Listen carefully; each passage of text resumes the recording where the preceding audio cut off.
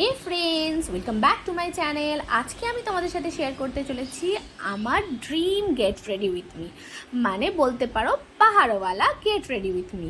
আর হ্যাঁ, এর আগেও আমি মাউন্টেন গেছিলাম, বাট এইভাবে ক্যামেরার সামনে বসে রেডি হয়ে ওঠাটা তখন আর হয়ে ওঠেনি। তো এইবারে আমি ফার্স্ট থেকেই ভেবে গেছিলাম যে আমি ওখানে গিয়ে এরম একটা গেট রেডি উইথ মি করব। বাট যাই হোক, ব্যাকগ্রাউন্ডে আমি এখানে পাহাড় দেখাতে পাচ্ছি না, তো তবু আমি এই ভিডিওটা তোমাদের জন্য ক্রিয়েট করেছি।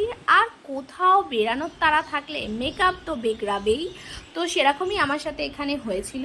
আর তার মধ্যে একটা কারণ ছিল, যেহেতু ঘরে ছোট বেবি আছে, তার জন্য আমাকে বারবার উঠতে হয়েছিল।